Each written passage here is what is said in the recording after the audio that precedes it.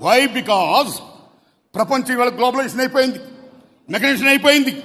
ఇవాళ ఉద్యోగాలు కావాలంటే ఇంటర్నేషనల్ లాంగ్వేజ్ ఇంగ్లీష్ కావాలి, ఇంగ్లీష్ రావాలి.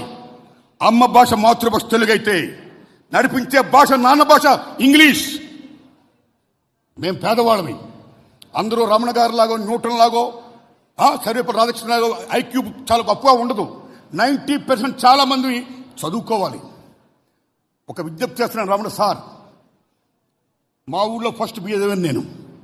ఆ రోజుల్లో మీరు నమ్మండి, మాలాంటి పేదవాళ్ళందరం కూడా ఇంగ్లీష్ రాక చాలాసార్లు ఫెయిల్ అయ్యాం. ప్రథమ స్థానం నుంచి ఎప్పుడు కూడా మాకు ఇంగ్లీష్ లేదు. మేము బిఏలు ఎంఏలు ఎంకమ్లు పాస్ అయ్యి ఉద్యోగాలకు వెళ్ళాం.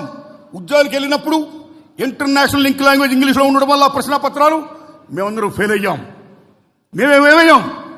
గుమస్తాలు అయ్యాం, ప్యూన్లు అయ్యాం, అటెండర్లు అయ్యాం. ఈ దేశ సార్వభౌమాన్ని కాపాడే జవాన్లు అయ్యాం, ఈ దేశ ఇంటర్నల్ సాల్వెంట్ కాపాడే పోలీసులు అయ్యాం. కానీ ఇంగ్లీష్ మీడియం వచ్చిన ఏమయ్యారు?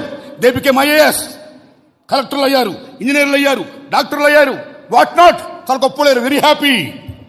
కానీ విద్య ద్వారా ఏ సామాజిక న్యాయం వస్తుందని అంబేద్కర్ మహానుభావుడు చెప్పాడో, because of these Telugu and English అనే భేదం వల్ల ఇంగ్లీష్ వచ్చినాడు చాలా గొప్పోడైపోయాడు, తెలుగు వచ్చినాడు చాలా అటపతడపోయాడు. అది కాకోకుండా ఉండాలంటే, విద్య ద్వారా సామాజిక న్యాయం కావాలంటే ప్రాథమిక దశ నుంచి తెలుగుతో పాటు ఇంగ్లీష్ కూడా బోధించాలని నేను